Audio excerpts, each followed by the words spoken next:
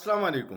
آپ کو یاد ہوگا 2-3 دن پہلے ایک جج صاحب کی بیوی نے اپنی ملازمہ پہ بدترین تشدد کیا تھا، اور وہ اتنی زخمی تھی کہ اس کو وینٹیلیٹر پہ لے جانا پڑا۔ لیکن اس کا ایک افسوسناک پہلو دوسرا ہے۔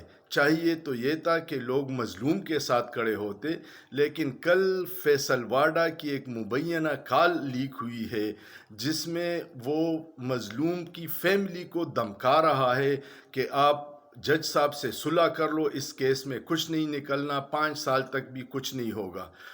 یہ جو رویہ ہے، یہ فیصل واڈا کی تو میں بات ہی نہیں کرتا اس کا کردار کیا ہے، لیکن میں آپ کو یہ بتاؤں کہ یہ ہمارا پاکستان جس اخلاقی پستی میں گر گیا ہے، یہ ایک رویہ ہے کہ اشرافیہ اپنے مفادات کے لیے کسی بھی حد تک جا سکتی ہے، مظلوم جائے باڑ میں۔